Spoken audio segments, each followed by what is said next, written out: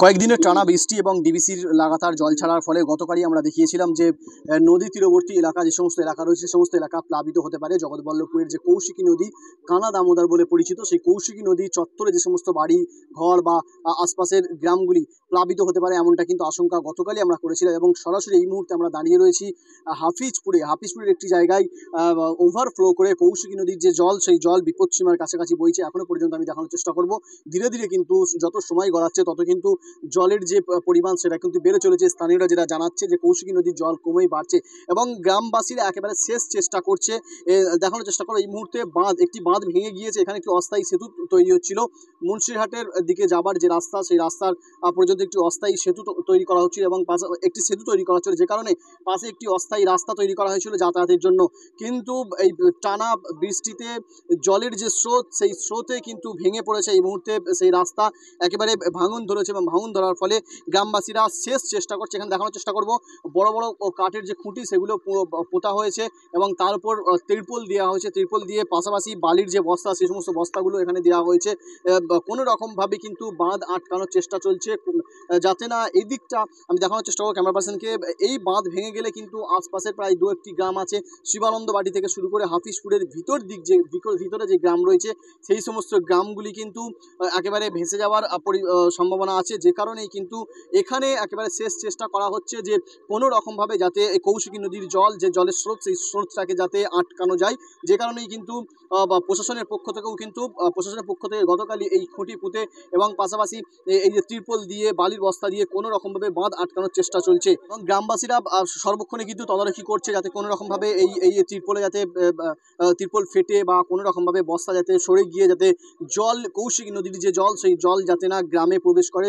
প্রতি মুহূর্তে কিন্তু এখানে গ্রামবাসীরাও রয়েছে এবং একেবারে শেষ চেষ্টা করে যাচ্ছে এবং দেখানোর চেষ্টা করব এখানেই কিন্তু ওদিকে কৌশিকী নদী এদিকে গ্রাম এবং এই কৌশিকী নদীর যে বাঁধ এর ওপর দিয়েই কিন্তু একটি অস্থায়ী সেতু বানানোর কাজ চলছিল এবং যে কারণেই এই রাস্তাটি বিকল্প হিসেবে ব্যবহার করা হচ্ছিল। বিকল্প হিসেবে প্রশাসনের পক্ষ থেকে এই রাস্তাটি তৈরি করা হয়েছিল এবং বর্তমানে একেবারে সেই রাস্তাও কিন্তু তলানিতে ভেসে গিয়েছে। পাশেই কিন্তু রাস্তার পাশেই বেশ কিছু অস্থায়ী বাড়ি, যে সমস্ত সেতু নির্মাণকারী যে সমস্ত শ্রমিক তারা এখানে থাকছিল, তারা এখানে বেশ কিছু অস্থায়ী বাড়ি তৈরি করে তারা কিন্তু এখানে থাকছিল। তাদের বাড়িও ইতিমধ্যে একেবারে জলের তলায়, বাড়ির একেবারে মাথার উপর দিয়ে জল বইছে, কোথাও কোমর সমান, কোথাও আবার হাঁটু সমান, কোথাও আবার গলা সমান জল বইছে রাস্তার উপর দিয়ে। যে কারণেই কিন্তু একেবারে শেষ চেষ্টা করে যাচ্ছি গ্রাম বাঁচানোর, বাঁধ বাঁচানোর কোনো রকমভাবে কিন্তু শেষ চেষ্টা করে যাচ্ছে। আমরা গ্রামবাসীর সঙ্গে একবার কথা বলার চেষ্টা করব, বাসীদের সঙ্গে কথা বলবো, কি পরিস্থিতি জানার চেষ্টা করবো। আচ্ছা, কি পরিস্থিতি এখানে দেখছি বাঁধ দিয়েছেন? এই তো দাদা পুরো একদম ভেঙে মানে গার্ড দেওয়ার জন্য অনেক চেষ্টা করেছি আমরা, গ্রামবাসী মিলে সব কাজ করছি, কাজ চলছে দাদা। কি পরিস্থিতি জলের, কি পরিস্থিতি, জল কি বাড়ছে? হ্যাঁ, জল বাড়ছে, জল ভালোই বাড়ছে। আচ্ছা, এই অস্থায়ী বাঁধ যেটা করেছেন আপনারা, এটা তো ভেঙে যেতেও পারে নাকি? হ্যাঁ, ভেঙে যেতেও পারে, তো আমরা আন্তরিক চেষ্টা করছি এটা রোখার জন্য। আচ্ছা, এদিকে যদি ভেঙে যায় এদিকে কি পরিস্থিতি দাঁড়াবে? এদিকে পরিস্থিতি ভেঙে যাওয়ার পরে এই বস্তি যে আছে বস্তিটা পুরো ডুবে যাবে। আচ্ছা, ডুবে যাওয়ার পর পুরো বেকার হয়ে যাবে। প্রশাসনের সহযোগিতা পাচ্ছেন? হ্যাঁ, পাচ্ছি। কি প্রশাসন কি কিছু করছে? হ্যাঁ, প্রশাসন এসে অনেক সহযোগিতা করছে, এদিকটা দেখছে অনেক। ওদিকে দেখলাম বাড়ি কয়েকটা ডুবে গেছে, ওখানে কারা থাকবে? বাড়ি বলতে যে ব্রিজটা হচ্ছে না, ওই ব্রিজের সব লোক থাকতো ওখানে থাকতো, শ্রমিকরা থাকতো? হ্যাঁ, শ্রমিকরা থাকতো। এখন তারা কোথাও থাকছে? এখন তারা ওখানে তার নেই, এখন আমাদের একটা ওই খেলার মাঠে যে বড় একটা ট্রেন আছে, ওই ট্রেনের ওখানে সমস্যা আছে। আচ্ছা আচ্ছা, তাহলে এই যে জল বাড়ছে এতে কিন্তু একটা ভয় তো রয়েছে আপনাদের? ভয় মানে মারাত্মক ভয়, বিশাল ভয়, কিছু করার নেই, ভয়েতেই চলতে হবে। সবসময় আপনারা তার মানে এখানে রয়েছে? হ্যাঁ, আমরা এখন স্থানীয় লোকাল ছেলে ভাই। কি কি দেওয়া হয়েছে, কি কি দেওয়া দিয়ে বাচ্চা? এখানে আপনার প্রথম আছে মাটি, তারপরে উপরে বালি আছে, তারপর জলটাকে রোকার জন্য আমরা তিরপল দিয়েছি শালবল্লা পুঁতে, যাতে জলটা একটু রোকে, তো আমাদের বস্তিতে যাতে বাঁচে, এই চেষ্টা আমরা মানে মারাত্মকভাবে করছি। আপনার নাম? আমার শেখ হায়দার আলী। গতকাল থেকে লাগাতার ডিবিসি জল ছেড়েছে এবং যে কারণে কিন্তু রাজ্য সরকারের পক্ষ থেকে ডিবিসিকে দায়ী করা হয়েছে যে রাজ্য সরকারের সঙ্গে কোনো রকম আলোচনা ছাড়াই কিন্তু ডিবিসি বারবার জল ছাড়ছে, এমনটা কিন্তু রাজ্য সরকারের পক্ষ থেকে কিন্তু অভিযোগও করা হয়েছে। এবং কয়েক দফায় গতকাল থেকে প্রায় 1 লক্ষ কিউসেক জল ছেড়েছে ডিবিসি এবং যার কারণে ইতিমধ্যেই বেশ কিছু নদী তীরবর্তী এলাকা সেগুলি কিন্তু প্লাবিত হওয়ার আশঙ্কা তৈরি হয়েছে। এবং গতকালই আমরা দেখিয়েছিলাম যে জগৎবল্লভপুরে কৌশিকী নদী চত্বরে যে সমস্ত অস্থায়ী ঘরবাড়ি রয়েছে সেগুলি কিন্তু ডুবে যাওয়ার একটা আশঙ্কা রয়েছে, গতকাল আমরা দেখিয়েছিলাম এবং তারপরে আজ আবারও আমরা দাঁড়িয়ে রয়েছি, আরও একটি চিত্র দেখাচ্ছি একেবারে হাফিজপুরে বাঁধ ভেঙে গ্রাম ডুবে যাওয়া উপক্রম তৈরি হওয়াতে কিন্তু আগেভাগেই সতর্ক হওয়ায় প্রশাসন আগেভাগেই সতর্ক হওয়ায় অনেকটা কিন্তু আটকানো গেছে এবং গ্রামবাসীরা সর্বত্র দিয়ে তারা ঝাঁপিয়ে পড়েছে কোনো রকমভাবে বাঁধটাকে যাতে আটকানো যায়, যাতে গ্রাম ভেসে যাওয়া থেকে বাঁচানো যায় সেই শেষ চেষ্টাই কিন্তু করে যাচ্ছে স্থানীয় বাসিন্দারা এবং পাশাপাশি বেশ কিছু অস্থায়ী বাড়ি সেগুলোও কিন্তু ডুবে গিয়েছে। সরাসরি নজর থাকবে আমাদের হাওড়া টুডের পর্দায়। মেরামতির জন্য প্রশাসনের দেখুন, বাঁধ যেহেতু এখানে নতুন ব্রিজ নির্মাণ হচ্ছে, এই কানা দামোদরের ওপরে 3খানা ব্রিজ নির্মাণ হচ্ছে।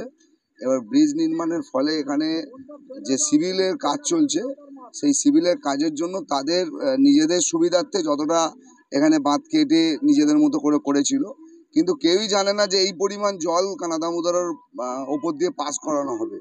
যে পরিমাণ জল পাস করানো হয়েছে বিগত দিনে আমরা এই পরিমাণ জল আমরা দেখিনি এত পরিমাণে। সে তার পাশের আমাদের যে বালিখাত আছে, এখানে যে আমাদের হাফিজপুরের সব পশ্চিমের লোকেরা বসবাস করে, একদম গরিব সম্প্রদায়ের মানুষ যাদের মাটির বাড়ি অনেকটাই আছে, তো এটা দিয়ে পাস হয়ে গেলে তাহলে ওদের ওই বাঁধটা ভেঙে গেলে ওদের সমস্যা হবে। তাই প্রশাসন থেকে কাল এডিএম সাহেব এসেছিল, বিডিও সাহেব সারাক্ষণ ছিল, আমরা যারা জনপ্রতিনিধি, কর্মাধ্যক্ষ, সভাপতি, এমএলএ সাহেব নিজে এসছে। এবং আশা শুধু নয়, আমরা কাল রাত্রি 11টা পর্যন্ত লেবার দিয়ে কাজ করিয়েছি, যতটা পেরেছি বস্তা দিয়ে গার্ড দিয়েছি। আজকে আশা করি পানাও তুলছে একটা টিম লেবার ইরিগেশনে। আশা করি 12টার মধ্যে কি 1টার মধ্যে এখানে বাঁধটা পুরো সম্পূর্ণ রূপে কমপ্লিট করে দেওয়া যাবে এবং আমি নিজেই তত্ত্বাবধানে থাকবো থেকে করে। ওখানে দেখলাম কিছু বাড়ি, অস্থায়ী বাড়ি কিছু ডুবে গেছে, ওগুলো কারা থাকতে? ওটা বাড়ি নয়, ওটা হচ্ছে এই লেবারের যে সিভিল ওয়ার্কের ব্রিজের কাজ হচ্ছে, এদেরই এক বাসা, মানে ওরা ওই ওতে থাকতো, ওরা অন্যত্র শিফট করে নিয়েছে। এটা কোনো বাড়ি নয়, ওটা ওদের অস্থায়ী ক্যাম্প। আল তামার রেস্টুরেন্ট এবার নিবড়াই সম্পূর্ণ শীততাপ নিয়ন্ত্রিত অত্যাধুনিক সুসজ্জিত রেস্টুরেন্ট। এখানে থাকছে আরাবিয়ান মান্ডিতে বসে লাঞ্চ এবং ডিনারের সুযোগ। বিভিন্ন ধরনের খাবারের পসরা নিয়ে হাজির আল তামার রেস্টুরেন্ট। যে কোনো অনুষ্ঠানের জন্য বুক করতে পারেন, থাকছে কনফারেন্সের সুবিধা। আমাদের ঠিকানা নিবড়া হারুন মার্কেট, ডোমজুর। যোগাযোগ করুন 9123608838।